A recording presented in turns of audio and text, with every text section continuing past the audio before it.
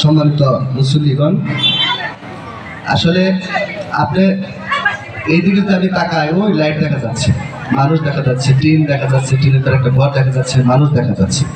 আর চোখ বন্ধ করে আমি এখান থেকে দেখেন সারা বিশ্ব ঘুরে আসতে পারবো কিনা? চোখ বন্ধ করে। এটা কি ধ্যান? এটাকে বলে মেডিটেশন। আমি বুঝাতে পারছি জিনিসটা। তাহলে ধ্যানের মাধ্যমে, মেডিটেশনের মাধ্যমে কিন্তু আল্লাহকে লাভ করা যায়। দেখলে ওই সামনে অত দূর চোখ চাই, ওই যে বাধা পাইছে ওই যে ঘরে, চোখ বন্ধ করে দেখেন।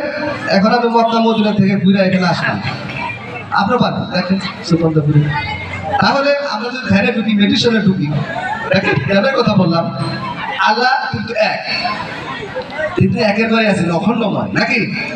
তার আবাদতের প্রয়োজন করে না, করে তার আবাদত আমরা করি, সে তো তার আবাদত করবে না।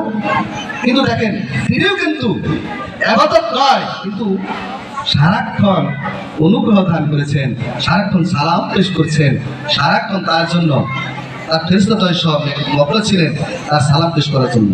সূরা আযরার 56 নম্বর আয়াতটা বলছেন, কি বলছেন? ইন্নাল্লাহা ওয়া মালাইকাতাহু ইউসাল্লুনা আলান নাবিয়্যি ইয়া আইয়ুহাল্লাযীনা আমানু সাল্লু আলাইহি ওয়া সাল্লিমু তাসলিমা। আল্লাহ বললেন যে আমি আমার ফেরেশতাদ্বয় সহ সার্বক্ষণ আমি নবীর উপরে দরুদ এবং সালাম পেশ করতেছি, তোমরাও আমার থেকে উত্তম রূপে, তাসলিমা শব্দ ব্যবহার করছে, উত্তম রূপে তা পড়ো। এখন আল্লাহ যদি সারাক্ষণ নবীর উপরে করতে পারে দরুদ এবং সালাম, আমরা কি করতে পারবো না? আমার বাবা এলে তো আমাকে দাঁড়িয়ে এমনি তো তারাই করে, ও সিআই এলে পুলিশ দেখলে মানুষ খারে নাকি? এটা দারোগা দেখলে খারে জায়গা, এমপি মুদ্রে লেখে খারে জায়গা সাতটা কয়। যারা সৃষ্টি না করলে দুনিয়া সৃষ্টি হইতো না।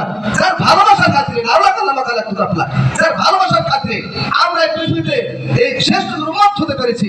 যে প্রভাবতী যত নবী ছিলেন, রাসূল ছিলেন, প্রত্যেকে কিন্তু বলেছেন আমরা শ্রেষ্ঠ বীর যদি, এই শ্রেষ্ঠ বীর যদি আমরা উম্মত হতে পারতাম, তাহলে নিজেকে ধন্য মনে করতাম। আমরা শ্রেষ্ঠ উম্মত হয়েও আমরা তারপরে দুরূদ এবং সালাম সম্মানের সহিত দিতে আমরা দ্বিধা সন্দেহ ভয় করি। ঠিক আছে, আমার মনে হয় এটা আল্লাহর কথার বাইরে যাওয়া ছাড়া কোনো কথা নয়।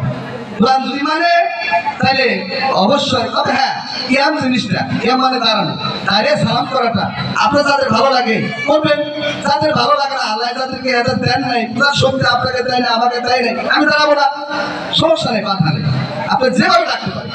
আল্লাহ বলছে তুমি আমাকে যেভাবে ডাকো আমি সময় ডাকি সারা দেবো, যদি আমার হাবিবের বন্ধ থাকে, যদি আমার হাবিবের প্রেম থাকে।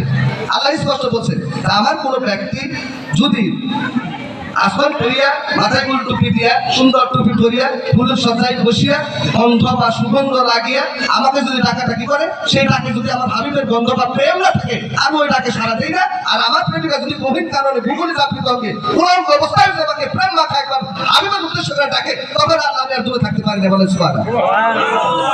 সেই দৃষ্টিতে আমরা এখানে আসছি, আমরা নবীকে স্মরণ করে নবীর শান এবং রাসূলের শান, আল্লাহর যে কিছু মহিমা আমরা প্রচার করছি। আমার ধ্যানে কি আমার রাসূলকে সামনে আনতে পারবো না?